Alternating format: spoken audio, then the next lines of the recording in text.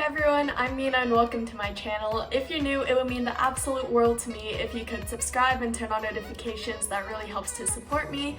And let's get straight into this video.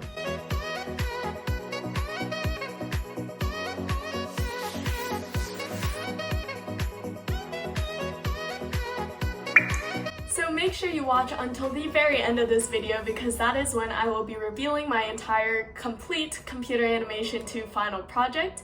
And if you haven't watched the video I made about my very first computer animation project, I'll link that in the description box below, so you can make sure to watch that one right after you watch this video.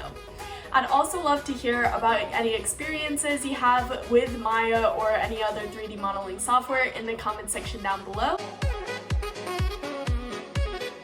I first wanted to talk a little bit about the goal of this project and the project requirements and things like that.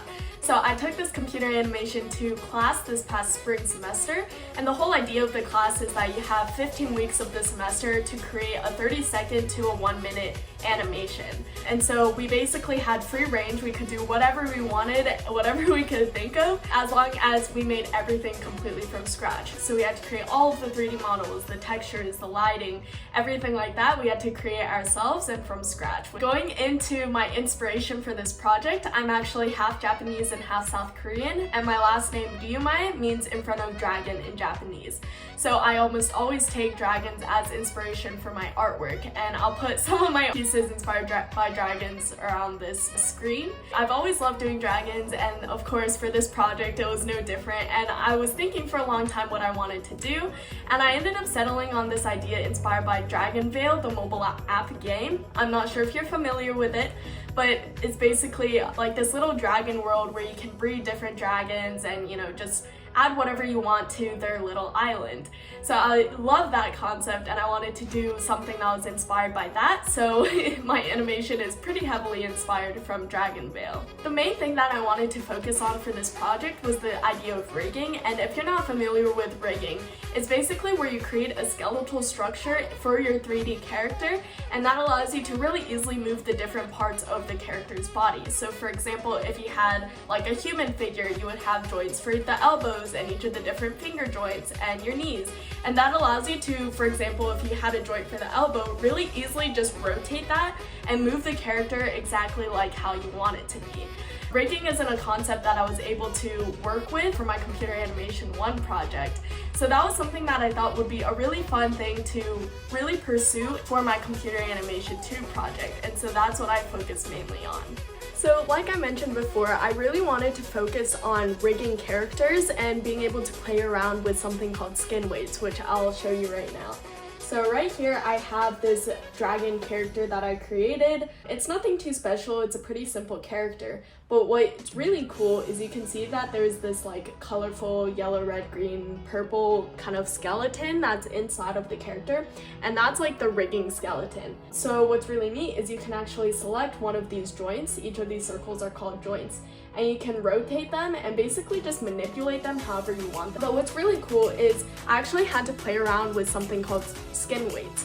So the idea behind rigging is that each joint can affect a specific area of the mesh, and that's basically whatever you choose it to be. It does that basically automatically after you create the rigging skeleton and then you bind that skeleton to the skin. With more complex characters and with more complex skins like the dragon that I made here, the painting skin weights becomes pretty off, which wasn't like how I wanted it to be. So I needed to learn how to do that and play around with it.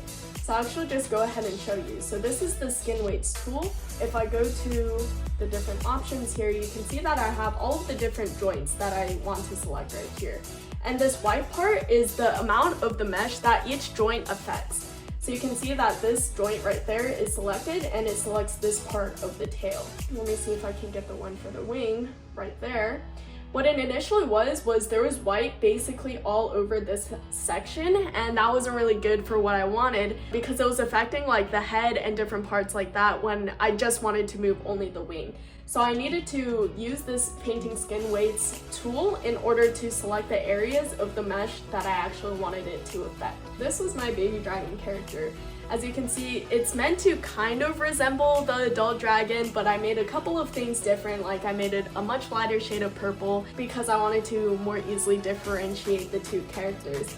So you can see that this character is pretty cute right here, but the rigging skeleton actually looks pretty similar to the adult dragon. So, you know, I have like the same number of joints for the head and for the wing, and this again has the same ability to be able to move one part of the skeleton. Welcome to my little dragon world that I created here. So I basically made a bunch of different objects to put into this entire scene. So you can see I made like trees, and I made these little Japanese looking style clouds, which is pretty cool. So I made a bunch of different things, but the first thing that I want you to focus on are these different eggs that I created. So what I actually ended up having to do was I went into Photoshop and created different textures to put onto these eggs. I wanted these different eggs to look like the 4 elements of fire, water, earth, and air.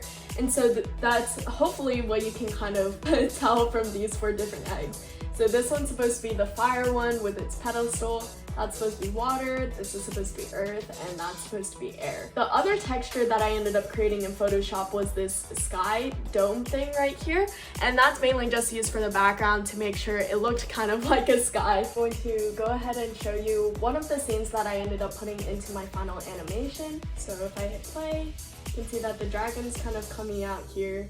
And it looks pretty fast on right here, but in the actual thing, I slowed it down just a little bit.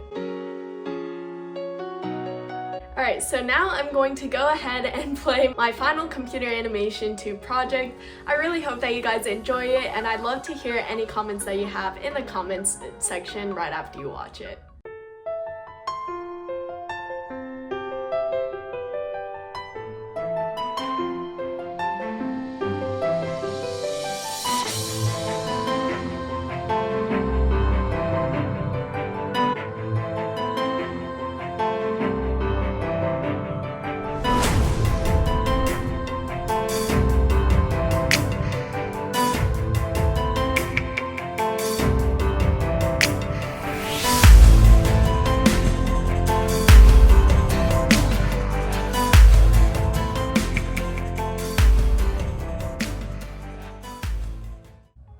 So I don't know if you ended up catching it or not, but the reason why I titled the animation The World We Live In is almost ironically because, at least that we know of, there aren't dragons that exist in our world.